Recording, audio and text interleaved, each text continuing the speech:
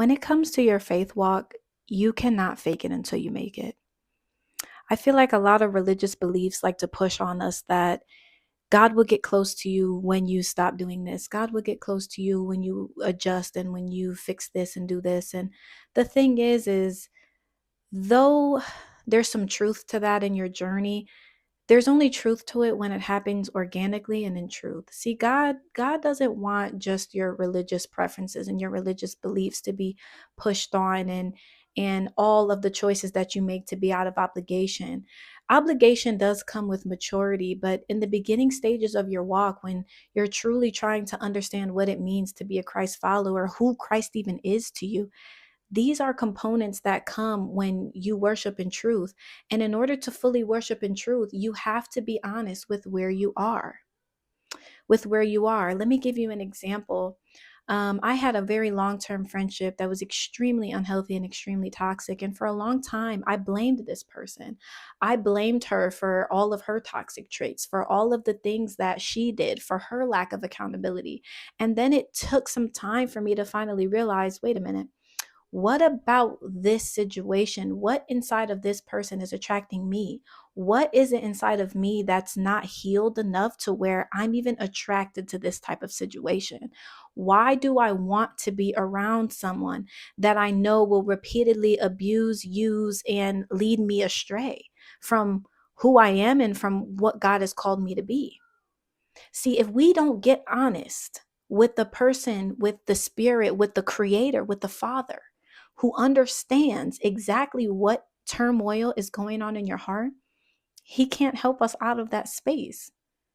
That's why he says to humble yourself, to come and seek him truthfully in truth. This is what Jesus came to do. He came to provide a space, an avenue, a channel to where you can only access this channel through authenticity, through sincerity, through truth.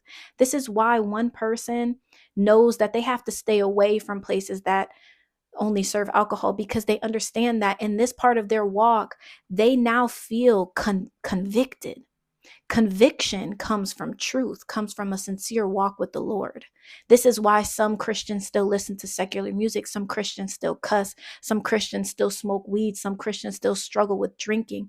They lack balance, but the Lord doesn't require this all at once when you walk with him in truth.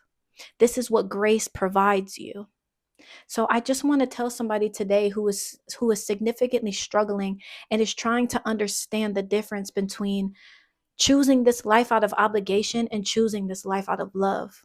Because when you love somebody, you can't help but be honest with them. And this is where he wants us to be. He loves you so much. He loves you so much that he wants to meet you where you are. He doesn't want to wait until you stop doing this. He doesn't want to wait until any of those things.